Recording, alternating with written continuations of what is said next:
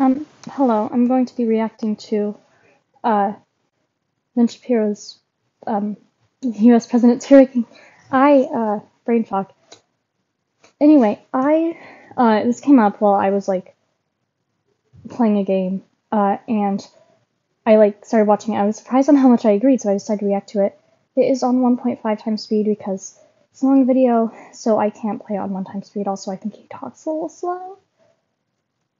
Anyway, let's get into it. I have been asked a million times who I think the top presidents were, so today we're going to tier rank the most notable presidents in American history. Before we jump in, this video is sponsored by Ring. On this tier list, we have 5 tiers. We have S, which I suppose stands for superior since it's at the top of the list, and then we have A, B, C, and F. Now, I'm really missing the letter D here, I will admit to you, because there are a bunch of presidents here who I think are actually D, but because they are D, I'm going to put them in the F category. We'll get to those in a moment. So let's start with the... I don't think you realized you can add a tier, but, you know. Presidents who are at the very tip-top of the list, the best presidents in the history of the United States. Obviously, on the top of the list, George Washington, our first president, kept the country together, left office peacefully. The father of the country, a great man, easy pick, right? George Washington as number 1. And then everybody knows that the other president, there are only 2 presidents in this top tier. There are not 3. Okay, I know the left thinks FDR's in that top tier. I know some people on the right think that Reagan's in that top tier. Neither one of them are Washington or Lincoln. Lincoln is the other guy in that top tier. Beyond. Yes, I agree with both these. Washington was first president, one of the founding fathers. Again, he left office peacefully. He, if the America didn't have a strong leader at first, it wouldn't have lasted. And Lincoln, obviously, he led the country through the Civil War. He did a pretty good job of that. He freed the slaves. He was just a good guy. He had a lot of ideas, and he implemented them, and he was just a good president. Simply leading America through the Civil War and to a new birth of freedom. It was Lincoln who, as a thinker, helped to revivify the idea that the Declaration of Independence was an inherent part of the Constitution of the United States, that the two were inseparable. The ideas of liberty were not restricted to the Declaration of Independence as a non-operable piece of legislation, but actually infused the Constitution of the United States, and that liberty principles were supposed to be extended to all people of the United States, not merely white Americans. So for that reason, Abraham Lincoln is at top of the heap along with George Washington. So that's the easy part, right? That's what everybody does. Washington and Lincoln are the 2 best presidents. There's very little debate about this. Then things start to get kind of interesting. So I'm going to sort of do this in reverse order. I'm going to start with the people who I think are just the worst presidents, like people who just were terrible. So let's begin with the president who I think was pretty easily the worst president of the United States, without much of a question, Woodrow Wilson. Woodrow Wilson is a clear... Absolutely. He was a terrible president. He handled World War I very, very irresponsibly. When he finally got into World War I, he used his Wilsonian ideals, and he, basically was like, yes, everyone else is fighting for petty reasons. We're great. He just wasn't... He was just a bad president, and he was, extremely, extremely racist. And he was just... What Ben says later, I agree with wholly, except he says Woodrow Wilson was a socialist. I don't know how he decided that. I disagree with that, but Woodrow Wilson was the worst president, in my opinion. Woodrow Wilson is garbaggio. Woodrow Wilson was a vicious racist who was in favor of radical expansion of the federal government. He believed that the state should have no limits on it. He was effectively a socialist. He believed that the administrative government of the United States should be run top down by the elites. He not only got... Yes, exactly. And I hate that because, he was trying to eliminate the rounds of bureaucracy, and we just wanted the president to be able to do everything, and that is effectively a monarchy. And that is not what that is not the ideals that the US was built on. Into World War I. He then used World War I as a pretext to basically go after his political opponents with the Sedition Act. Woodrow Wilson was a horrible, horrible, horrible president, and the fact that for a long time he was considered one of our better presidents speaks to how dumb America's historical class is. Yeah. In history class, they're like, yeah, Woodrow Wilson was a good president. He was very strong through World War I, and are we talking about the same guy? No, he was not. He did not do anything good for the U.S. In fact, he made it a worse place with his Wilsonian ideals that people followed for so much longer. A lot of America's historical class likes him is because they, again, like the administrative state. The administrative state, for those who don't know, that's the idea the executive branch really should run the government, that the legislature sort of a vestigial organ. The president should be, as Woodrow Wilson says, as big a man as he can be. Yes, and like I said, that's effectively a monarchy. And as is capable of filling the office. He was a big fan of how German government was run. He was a big fan of the idea that the government was sort of the be-all, end-all. Was Woodrow Wilson awful, awful person, awful president? He is definitely in the F category. Other presidents are in the F category. So this is where I really wish that there was a D category right here. In what would be the D category, but we're going to have to push him into the F category because we really have no other choice. There is no D category here. LBJ definitely goes in that category, in that F category. So LBJ, awful president. The sole bright spot in the LBJ administration was a bright spot, and that was the Civil Rights Act. The Civil Rights Act, which is exactly right on banning all sorts of state practices of discrimination, is wrong when it comes to encroaching into private rights of association, and is wrong in some of its broad outlines as far as how to deal with the private sector. Everything else is garbage. The extension of the welfare state is garbage. The Vietnam War and his strategy in pursuing the Vietnam War. Yeah, Vietnam was awful, major failing. Graduated equilibrium, horrible garbage, right? So LBJ, terrible president. He definitely goes in that bottom tier along with Woodrow Wilson. Other people who belong in that bottom tier, and the much beloved FDR goes in that bottom tier, despite historians' attempts to paint. I would probably put FDR in C. I don't think he was great. I don't think he handled World War II amazingly, and I don't know why people like him. I don't know why. Let's see. He ended Prohibition. That was good. Or at least I think that was him. Yeah, he wasn't, honestly, he just wasn't a very notable president either. FDR is a wonderful president. It's pretty obvious that he lengthened the Great Depression by as much as 8 years, according to a study from UCLA Anderson Business. Yeah. Through his horrific economic policies, he basically portrayed anybody who was not under his thumb as a quote-unquote malefactor of great wealth. He was a class warrior in the extreme. He really didn't know much about economic policy. Like, I'm glad that he was great on the radio, but aside from his pursuit of World War II, that's pretty much it. Now, this is why, again, that D category would have been good, because FDR as a World War II leader was good, except for, the whole unfortunate imprisoning 100,000 Japanese Americans in Yeah, just a big oops, oh no. That was not so good. But other than that, his World War II pursuit was good. I wish that he were in that D category, just like I wish that LBJ were in that D category, so we could at least recognize the good things they did alongside all the bad things. But some people have FDR in like the top tier presidents. No effing way. Yeah, I don't know why people do that. He wasn't great. No way. Okay, other presidents who belong in that bottom tier of presidents. I'm putting Richard Nixon in that bottom tier of presidents. I think Nixon was a terrible president. Yeah, he was. I know there are a lot of Republicans who have sort of a warm spot for Nixon, mainly because he was not George McGovern. But putting aside Watergate, which again is like the least of his sins, considering that LBJ bugged Barry Goldwater's headquarters in 1964, he instituted price and wage controls. He did not dismantle the vast government apparatus that was built by LBJ. In fact, he exacerbated that. He pursued the opening of China, which has resulted in the rise of a dictatorial empire that now threatens American power in Southeast Asia. So not a big Nixon fan. I know there are a lot of people who are. I'm not. You could plausibly. I don't know why people like Nixon. Yeah, I just don't get it. Put him in the C category, but I'll put him in the F just to be even-handed. And finally, as the last person who goes in that F category, there are two more for the F category. One is going to be Barack Obama. So Obama goes in the F category. I think he's See, I disagree with that. I don't think he was a great president, honestly. I'm gonna be kicked out of the left. No, I don't think he really didn't do much. I am glad that he made gay marriage legal. I'm very glad for that because I plan on doing that one day. But most of what he did was I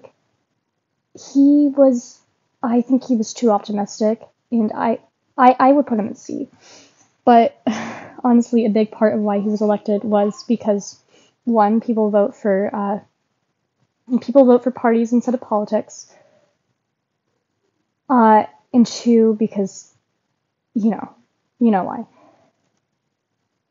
I think that Democrats aren't great. I just don't really like either party. I see why people like Obama. He seems like a nice person, but that didn't make him a good president. I think he did horrific work, mainly with regard to his rhetoric. In terms of his legislation, I think Obamacare was an atrocity, and I think that his spending plans with stimulus and raising us to $4 trillion budgets, it's helped destroy the economic future of the United States. That's bad enough. But between 2008 and 2012, Barack Obama morphed from a president who sort of campaigned on almost a Clintonian third way as a guy who wasn't for red states and not blue states, but the United States. And in 2012, he went just hardcore intersectionality. Anybody who opposed I love that impression. me is a racist. America can be divvied into various victimized groups that can be cobbled together in a new... Yeah. Identity politics is always used as a weapon to defend the elite. That's why I hate them. It's the same with Hillary Clinton, because woman, and Obama because black. I have huge problems with identity politics, but I'm not getting into that right now. Rising a Senate majority against the old America is extremely damaging, and I think that is going to be the future of American politics for quite a while. I think the Democratic Party never quite got over the Obama coalition of 2012. They've been trying to pursue it. Yeah, I don't think... Yeah, both parties suck. The Democrats suck. The Republicans suck. Everyone sucks. It's kind of my opinion on politics right now. We're kind of screwed. Since, and it has broken American politics in ways large and small. So Obama goes in that bottom category. And then finally, the last guy who goes in that category is, of course, James Buchanan, who is the president just before the Civil War. Now, to be fair, I'm not sure the Civil War happens because of James Buchanan. I don't think he does much to stop it. And so you have a bunch of events. Yeah, all the compromises, none of them... None of them did anything good. They might have delayed it, or they might have worsened it.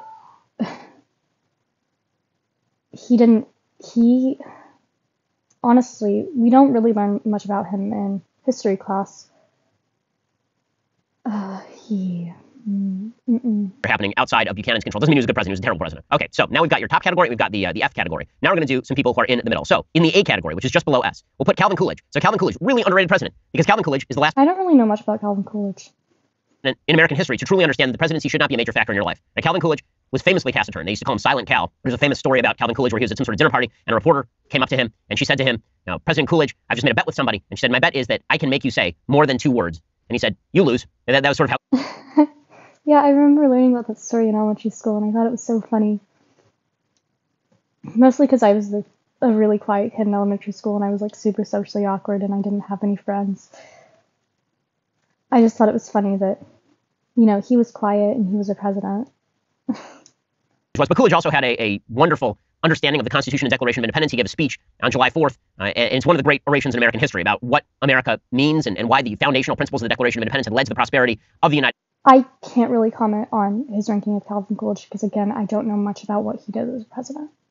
How the freedoms and liberties guaranteed to individuals had led to the prosperity of the United States. And we were created by the Declaration. We were created by the Constitution. We do not get to create it. It's really, really good stuff. One of the tragedies of American history is that Coolidge stepped down and Herbert Hoover took over, and Herbert Hoover was, in fact, quite a bad president. Who else do we have here? Well, we'll put Reagan in that A category. And now, Reagan's big problem as a president was, of course, that he didn't get the spending under control. He was also saddled with the Democratic Senate for part of his term in terms of breaking the back of inflation in the United States through his Fed chief.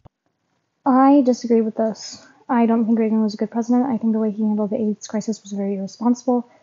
And I think that the war on drugs, bad. I know, what a hot take. I just think that he wasn't the best fit to be a president, especially at that time with so much going on. I think that if it was during a time where not much was going on, he would have, I wouldn't have had as many bad things to say on him, but, Volcker, in terms of radically lowering taxes in the United States and leading to 2 decades of growth in terms of escalating defense spending, particularly on Star Wars, and breaking the power of the Soviet Union. Ronald Reagan goes near the top of the heap. So he ends up with Calvin Coolidge, who was one of his heroes. Oh, also the superconducting supercollider, the project in the 90s. I don't know if I can say that's a good or a bad thing about his presidency, honestly. Just something to comment on. By the way, in that A category. Other presidents who end up in that A category probably have to put Thomas Jefferson in the A category for his federalist view of American government, what we would call federalist now, meaning he wanted to devolve more powers to the states. Also, the Louisiana Purchase, which is one of those weird moments in American history. Yeah. Where he saw a good deal, recognized he didn't have the constitutional authority to make it, and then went ahead and made it anyway. But Jefferson is widely regarded as... I don't think Jefferson was a bad president. I think he was a bad person, but then again, who wasn't? But I think he was a pretty good president. There's not really much I can say about him. One of our better presidents. I'll put Ulysses S. Grant, I think, in this category. So there's been a great sort of vision about how Ulysses S. Grant is portrayed in American history. Ulysses S. Grant originally was portrayed as sort of a drunken sot who lucked his way through the Civil War and then into the presidency. He was an amazing general during the Civil War, and he's probably one of the main reasons the North won the Civil War, along with having more resources. He was good. And then was responsible for the rise of pork politics and sort of Gilded Era corruption. That's not really accurate. If you're going to remember Ulysses S. Grant's presidency for anything, remember it for the fact that he presided over Reconstruction. And one of the great tragedies of American history is that Reconstruction ends with Ulysses S. Grant's term in office, and Jim Crow really begins and gains a serious hold, and the KKK basically becomes a powerful force in the state. Yeah. After Ulysses S. Grant leaves office, revisionist historians are now kind of looking back on the Grant era and realizing that he was a stalwart defender of freedoms being extended to newly freed slaves in the South. B president. Yeah, definitely. So people who are like, okay, kind of okay. So I'll put JFK in. Well, I'm putting him as a C. JFK goes as a C. One of the more overrated presidents in American history. Obviously, history. He didn't really do much. Honestly, one of the only reasons people remember him is because, he got shot. Been more kind to JFK because of the assassination than it otherwise would have been. The man was responsible for definitely a wide variety of debacles during his first couple of years in office, including the Bay of Pigs debacle. However, he was a fervent communist who did cut taxes. But as far as him being like one of our better presidents, I don't see any evidence of that. By the way, our engagement in Vietnam begins with JFK. It does not begin with LBJ. Let's see, Grover Cleveland. Yeah, and Vietnam was very badly handled. put in the B category. So Grover Cleveland, the only president to serve twice non-consecutively. Grover Cleveland was responsible for making sure the federal government did not outgrow what it was supposed to be. He famously rejected a stimulus package directed at Texas drought relief, saying that there is no constitutional warrant for this, which is something you'd never hear from a president today. He goes in the B category. I'll put William Howard Taft in the same category. William Howard Taft was a far more conservative figure than Teddy Roosevelt. I don't know much about Taft, so I can't really comment on it. We'll get to Teddy in just 1 second. William Howard Taft was a sort of retrenchment of traditional Republican values. He went on to serve on the Supreme Court of the United States. So sort of a figure that's been lost to history because, and people make jokes about him because he was extremely fat. But the truth is that he was actually a pretty good president. And if it had not been for Teddy Roosevelt and his ego trips, then William Howard Taft would be more fondly remembered as the person who defeated Woodrow Wilson in 1916, which in 19. Yeah. No, that was bad because if you don't know what happened, Teddy Roosevelt. So Taft was incumbent president, and Teddy Roosevelt decided to create his own party, the Bull Moose Party, and he split the Republican vote, and when you split the vote, the other guy gets it. Or, not the I think it was the Republican. Basically, that led to Woodrow Wilson being president. Well, rather, which would have changed the course of American history for the better in a lot of ways. Harry. Yeah, if honestly anyone would have been better than Woodrow Wilson. Is a B president. He tends toward the C. I would say that he's a B president because of his Cold Warrior nature, because of his handling of the end of World War II. I have a personal fondness as a Jew for Harry Truman, as virtually all American Jews do, because of his willingness to signal American support for the establishment of the State of Israel. The reason he doesn't rank higher on the list is because he had some dictatorial tendencies with regard to unions. There's a famous Steele case in which he intervened in a fairly illegal way. And then not only that, his policy toward China was really bad. He should have provided significantly more support to Shanghai Shek in the face of the Maoist revolution in China. His failure to do so was instrumental in the rise of communist China. Also, his handling of the Korean War left some things to be desired. President Trump, I think, is a B president. Now, I think in terms of policy, he'd be closer to an A. I think in rhetoric, the problem is that he's really been self-defeating. Yeah, Trump is a big example of, social media being bad. Trump just kind of caused a lot of scandals. He was a very strong president, and I think that if he was president today, the Ukrainian-Russian conflict I don't think it would have happened. He was a very strong president. He did good things for the military. He's just not a great person. And I think most people understand this. So he's had some real rhetorical highs. I mean, he gave a great speech in Mount Rushmore, for example, that I talked extensively about. He gave an excellent speech in Poland talking about the defense of Western civilization. He has said many great things in the culture war that I think are worthy of saying. He's also said some incredibly wild and irresponsible things over the course of his presidency. He absolutely has. Scandals. I think he's a bit too attention-seeking. That's how I'll phrase it, yeah. He has led to less support for his agenda items that should be wildly more popular. I mean, the fact is that heading into the election, over 55% of Americans said that they were better off than they were 4 years ago, and then he performed at like 46% of the popular vote. There's only one reason for that, and that's because he was so rhetorically irresponsible. Again, on policy. He was so irresponsible. He should have just stopped talking, because he said a lot of horrible things. Also, January 6th. You got to put Trump up with people like Ronald Reagan and Calvin Coolidge. In terms of rhetoric, you got to put him much further down the list, and so he ends up on average being in that B category. He is not an F, as so many people keep saying. That's ridiculous. He is not even close to in the same category as people like Woodrow Wilson, for example. I did forget one F, by the way. Jimmy Carter was an F. Jimmy Carter was a garbage president. So yeah. Always, like all historians, I forget Jimmy Carter. Jimmy Carter was not a good president. Maybe slightly better than people recall, in the sense that he actually did try to bring down inflation in the latter years of his administration. Yeah, did so unsuccessfully, but slightly better does not mean good. He was still a horrible president, so horrible that he got himself blown out by Ronald Reagan, who was largely considered by the media to be the sort of jokey figure. We are going to jump into that C category, but first, let's talk about our sponsors over at Ring. It's pretty important to know, keep an eye on every corner of your house. Holiday offers keep your home safer and feel more secure with Ring. Ring.com/Ben. Okay, C presidents. So I'm going to put Teddy Roosevelt in the C category. Again, were there a D? Okay, this is one of my big disagreements. I think Teddy Roosevelt was a good president. He was very, what's the word for it? Abrasive, but also he did some good things like the Panama Canal. He was a progressive president. He was like focused on like tearing down monopolies.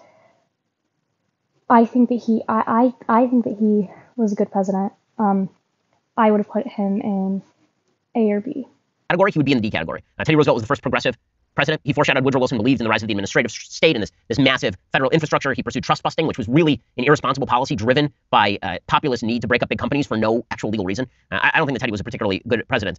He did have expansionist tendencies that definitely maximized the territorial holdings of the United States, or at least protectorates of the United States. If you thought Kanye was crazy, you need to watch this. As of last week, the president signed off on a new stimulus.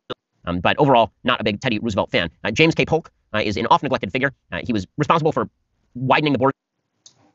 The only thing I can think of about James K. Polk is off the top of my head is a joke from Crazy Ex-Girlfriend, where one of the characters says, James K. Polk was my favorite president.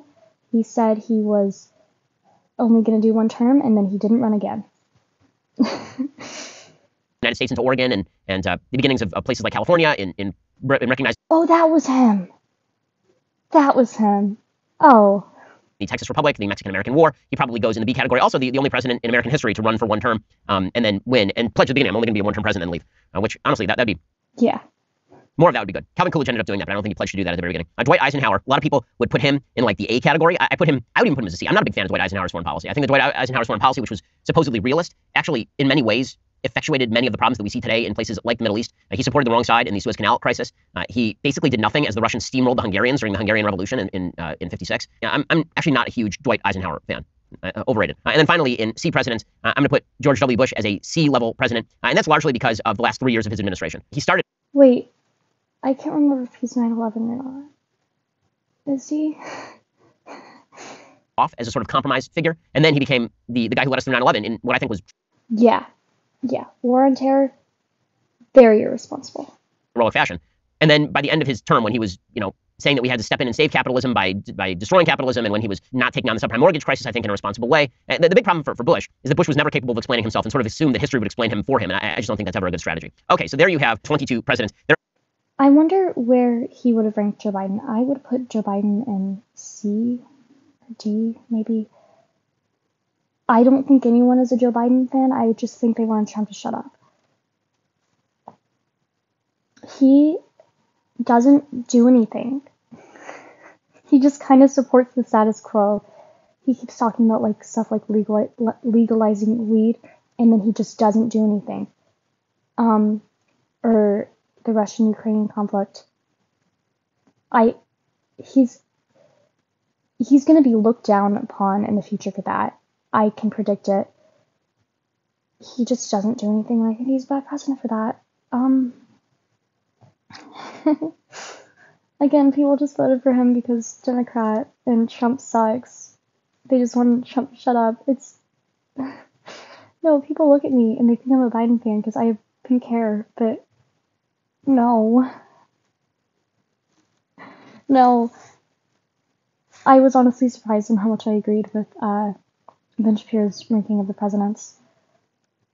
I think this was pretty good ranking. I would have moved like Ronald Reagan down and Teddy Roosevelt up. But I think that's pretty much it. Yeah, in the video.